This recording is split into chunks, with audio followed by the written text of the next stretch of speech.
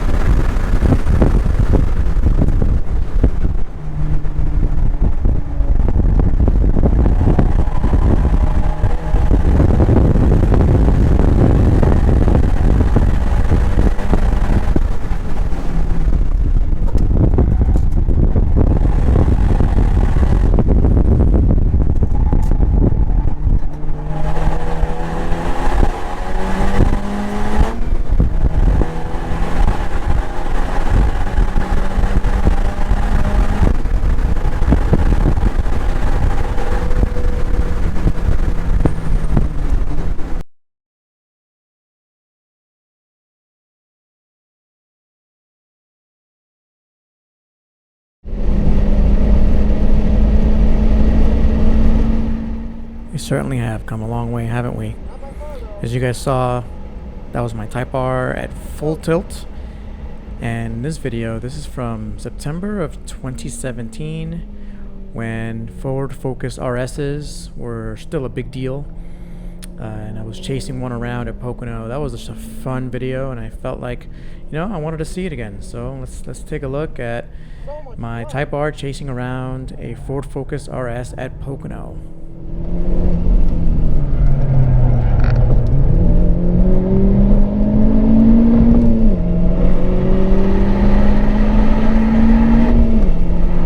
Yeah, a little bit faster on the straight, not by much.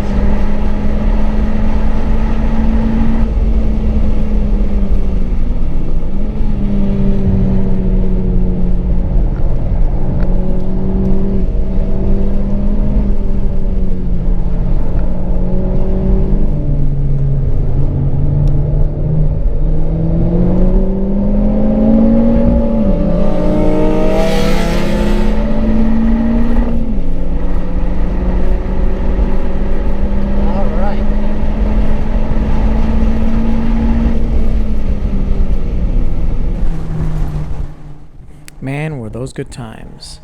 All right, let's go ahead and finish out our session here and finish up our last time at Pocono with my Civic Type R.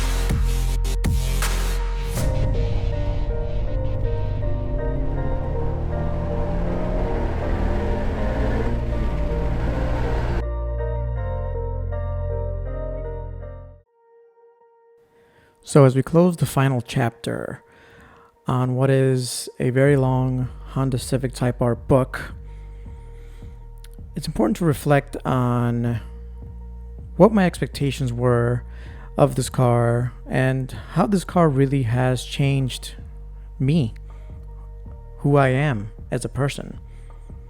You see, the highs were very high. I mean, it was an excellent car. We had excellent times together.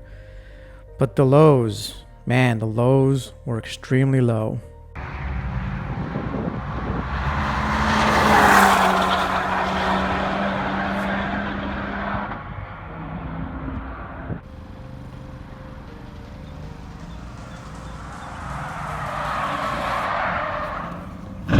Oh my God!